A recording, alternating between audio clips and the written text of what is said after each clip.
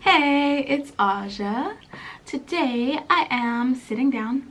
I normally film these videos standing up, but I felt like my energy was going to be a little bit too much if I stood for this video, so I thought I would take a seat so we could just have some chill energy. We like that chill energy sometimes. So today's video I'm going to be responding to a video by Becoming Bajra. I consider her like one of my YouTube friends. I don't know if she would consider me a friend, but I consider her like a YouTube friend because we have interacted on the internets before. It doesn't take much. I'm like, yeah.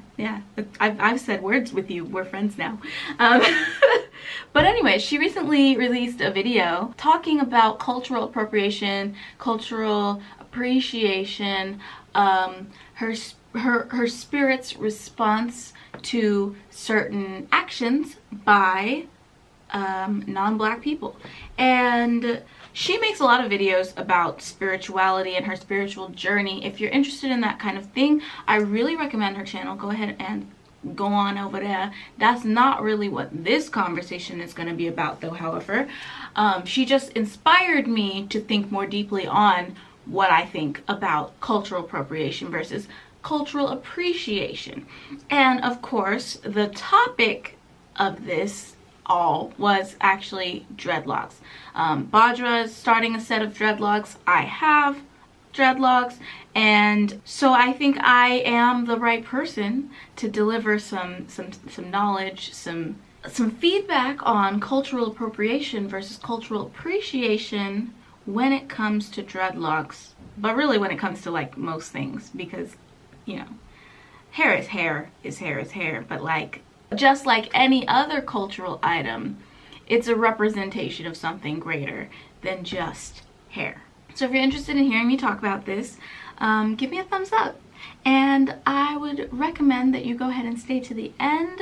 And if you like it, subscribe.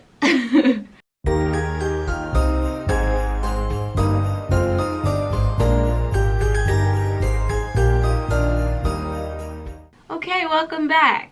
If you haven't been to my channel before, I make videos for adults who are looking to pivot in life or make a major change or anything like that. And if you're hesitating to try, I want to encourage you to try, unless you're white and that thing that you want to try is dreadlocks. Let me explain. So we're going to talk about why it's cultural appropriation, not appreciation. That sounds so harsh. It sounds like I'm being mean. Let me start by saying that we're all adults here, because as I said, I make videos for adults. We're all adults here. If you are a white adult and you want to get dreadlocks and whatever I say in this video, you're going to respond defensively and get them anyway, just don't watch it. It's not for you. This video is for people who want to learn and grow and change their behavior if it is hurtful, which I think it is. So I'm going to get into why it's hurtful, why it's not a great choice for non-Black people, and such and so forth. I'm also going to be referring to my hair interchangeably as dreads, dreadlocks, or locks. There are quite a few people who have opinions about the origin of the word dreadlocks and why they think it's offensive. Those people are wrong. Oh my god, I'm full of sass today. That's why I had to sit down. Because if I was standing and saying these opinions in your face, you'd be even more offended, wouldn't you? No, I'm not going to say those people are wrong. They feel how they feel, and that's okay. They are historically inaccurate. And if you want to know more about that, please check out this video here that I made already in the past, my unpopular opinions video, where I talk about the origin of the word dreadlock or dreads and why it's not an offensive term.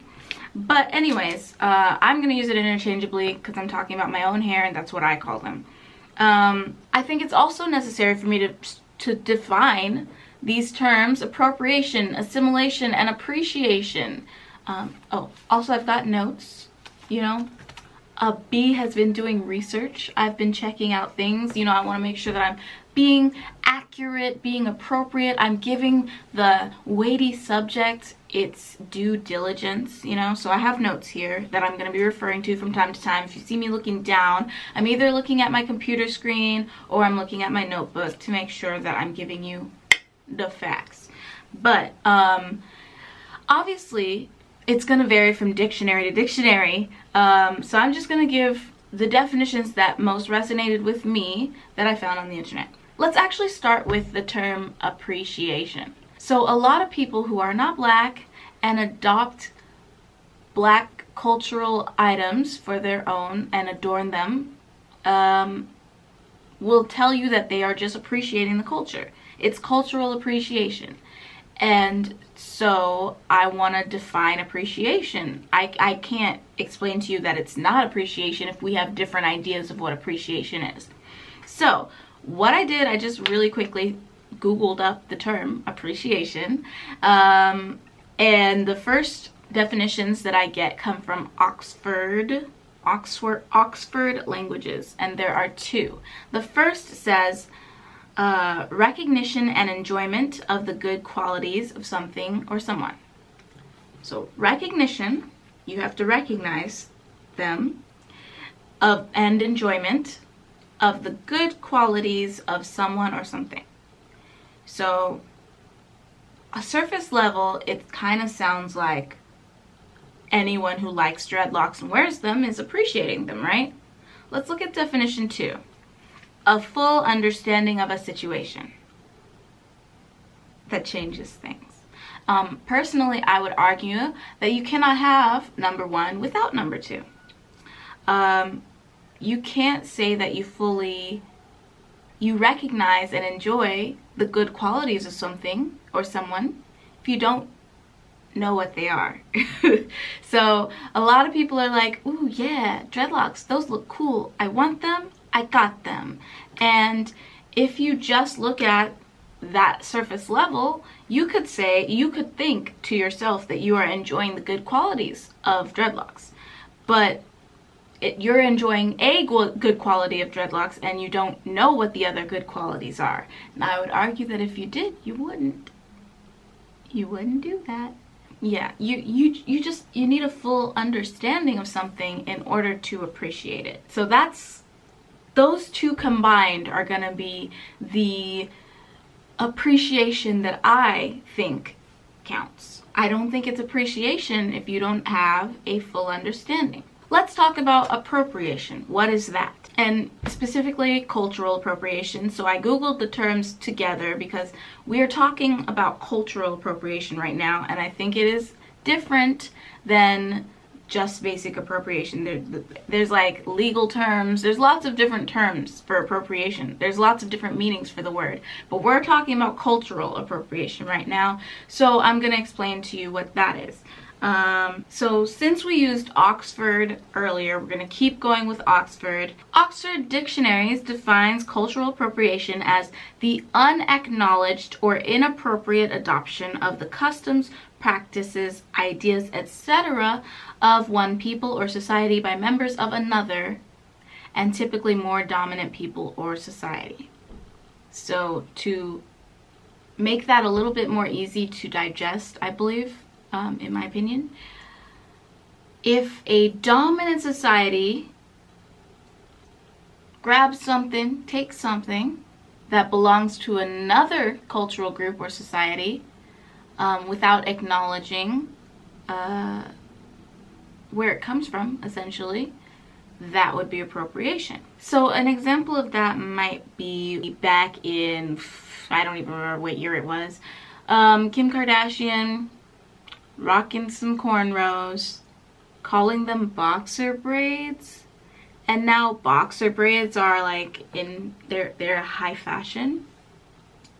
That was appropriation, because not only did she change the roots of them by calling them boxer braids, she's saying, oh, these actually belong to a sports culture, not black culture. Inaccurate. And then by bringing it into the mainstream media and normal high fashion, whatever that is, it then becomes an object belonging to the dominant culture. So, i.e., you know, taking something that belongs to one culture, not acknowledging that culture, and then presenting it as your own. That's appropriation. That's the best example I think of off the top of my head. I know there are better. I don't think Kim Kardashian's the devil for that, because let's be honest. I don't know if the lighting just changed. If it did, it's because I made a mistake. I did a thing. It was an accident.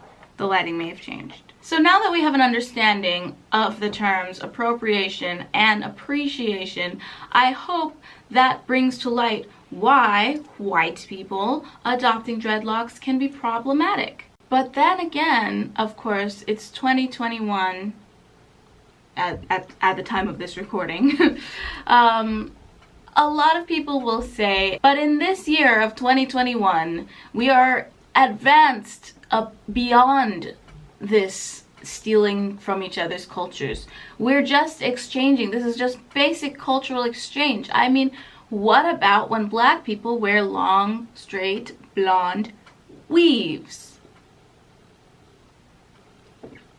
Okay, let me break down why that is neither appropriation nor really even appreciation, but I'm gonna explain it, okay? That is called assimilation, okay? Assimilation, let's go ahead and define that too. We're gonna say cultural assimilation again, because when you use just assimilation by itself, it really doesn't explain what it is in this context. So cultural assimilation. Oxford reference tells us that assimilation is the absorption of a minority group into a majority population, during which the group takes on the values and norms of the dominant culture. It also goes on to say that the acceptance of the host culture may result in the loss of cultural identity of an ethnic group. What that means is, in order to live in society that belongs to somebody else, the dominant culture, white people, some other minority cultures may have to assimilate to be accepted. So if I want to be employed by white folks, I got to present myself in a way that is acceptable by white folks. And that is how black people end up assimilating.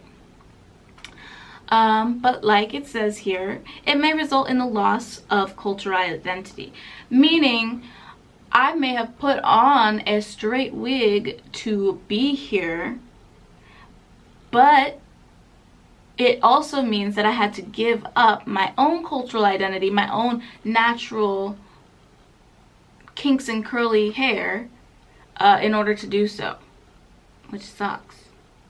It comes so far to where the next generation sees black people in straight hair or blonde hair or whatever and thinks, aha, yes, that is how we should be, right? And then go on to reject our own natural culture, our own hair that grows out of our head, the natural ways in which we wear our hair, such as dreads, and bam, boom, that's how we got here.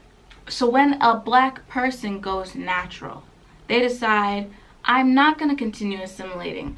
I'm going to reject the dominant culture so that I can just go on to accept my own. That's rebelling against the dominant culture, embracing your own culture. That's a beautiful thing, okay? But just to be clear, it's not possible for a minority to do cultural appropriation.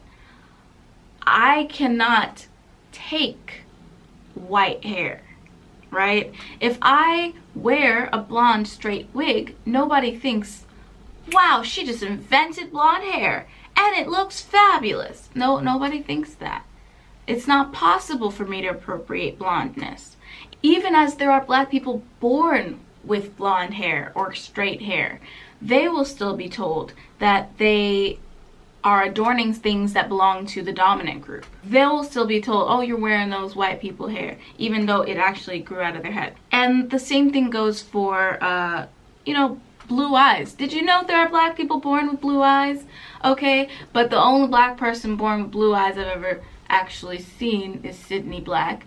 And you know, she gets told every day in her comment section that she needs to stop trying to be white. She was born with those eyes. Her mother has those eyes. But it is what it is. That's just to make sure you understand. If we're not the dominant culture, we can't appropriate. You have to be the dominant culture to appropriate something culturally. Alright, sorry about that. I had to change my battery. My battery ran out. But yeah, so I used to even have a problem with, you know, black people wearing hanboks in Korea, until I realized that's not cultural appropriation, because we're not the dominant culture here either. There's very few places in the world where black people are the dominant culture. So pretty much not possible for us to appropriate. It's not impossible. It's not impossible. It just doesn't happen as much. Especially, like, I mean, I could possibly appropriate certain African cultures, right? I've heard that West African people do not appreciate when we be wearing, you know, multiple items from different African cultures at the same time. Like, they just don't appreciate it if we're wearing the kente cloth, you know, head wrap with the dashiki at the same time. It's like, those are not the same culture, and now you're picking and choosing the ones you like and wearing them at the same time. That could be seen as appropriation. But again, I say it depends, because at the end of the day, if we are of West African descent but don't get to know our roots because of, you know, then it's kind of hard to know what to wear. Anyways, the point is, appropriation, what is appropriation, is sometimes a touchy subject. It is sometimes a confusing subject, but when it comes to dreadlocks, I don't think it's confusing. I think it's clear. I think if you're not black, it's probably appropriation. And it hasn't been necessary for non-minorities to assimilate in the way that it's been necessary for minorities to do, particularly when it comes to, you know, black people and black culture in America or in other colonized countries. Correct me if I'm wrong, but I don't think anyone non-black ever went to a black dominant area and was told, yes, you must don an afro over here. You can't get a job unless you got melanin. Go ahead and put on the blackface, because you can't get a job here without. In fact, yes, you have to wear the cornrows to be in a position of power. It's just not professional. You don't look professional without cornrows. Never happened. Never happened. Never happened. But to this day, assimilation is still necessary for many minority groups in white dominant spaces. For example, there are still places where they have rules that you can't have dreads. I cannot be hired by some people somewheres because of how I wear my hair. And I think that is, well, y'all know how I think that is. So my donning of dreads, for me, it has a greater meaning than just, I think they look cool, right? This is also my rejection of the necessity to assimilate. This is me saying, no, I won't become you so I can join you. I'm gonna still be me. And if you want me to join, cool. Let's both be ourselves in this space. And if you don't want me to join, I won't. That is what the dreadlocks mean to me, among other things. But when, like I said, a non-black person dons dreads and, you know, it doesn't have a meaning anymore. It's meaningless. It's not appreciation. I don't feel appreciated because I don't feel like you understand the significance. You're not recognizing the root of the issue. Punny. Yeah, it's absolutely not appreciation. I mean, if you appreciate dreads and you want to show your appreciation for dreads, find someone with dreads and say, hey, I like your dreads. Well, don't say that because as we've discussed at the beginning of the video, a lot of people have an issue with the term dreads. But find someone with dreads and tell them, hey, I like your locks. Hey, I like your hair. You can never go wrong with that. Hey, I really like your hair. Your hair is so pretty. But don't touch it. Don't touch it. Just speak words. Words of affirmation. That's how you can show appreciation for the hairstyle. And that goes for anything else that is a cultural item that belongs to a specific culture. If you want to show appreciation for it, you show appreciation by showing appreciation. You don't show appreciation by putting it on. So, to conclude, what I would say is, if you are not black and you want to wear the dreadlock, I advise you not to. However, if you are grown, you probably can do whatever you want and ain't nobody gonna stop you. I'm not gonna stop you. I'm not gonna cuss you out on the street when I see you. I'm not gonna be your friend either, but you know, do whatever you wanna do. But don't call it appreciation, because it's not. If you find yourself agreeing with my perspective on this issue, then you might like some of my other content. So you should check it out, subscribe or whatever. If you find yourself disagreeing with my perspective, I welcome your respectful argument in the comment section, because I'd be wrong. I'm not right all the time. This is what I think, and I think I'm right, but I'll be wrong sometimes. So go ahead and respectfully put me in my place in the comment section. You're welcome to do that. And don't forget to check out Becoming Bajra. She, as I said, she talks about her spiritual journey, which I find pretty fascinating. If you like long, calming videos, then you'll definitely like her videos. And I also am planning on making a video coming up kind of soonish. I plan to talk a little bit about spirituality and Locs and what they have to do with each other. So if you're interested in that, make sure you check out my 12 Days of Vlogmas playlist, which I'm not gonna lie, I've got my days all jumbled. I've been recording a lot of videos, so I just do not know if we're in Vlogmas right now or if it's coming up soon. But Vlogmas, so check it out, check it out. I'll see you guys next time, so bye.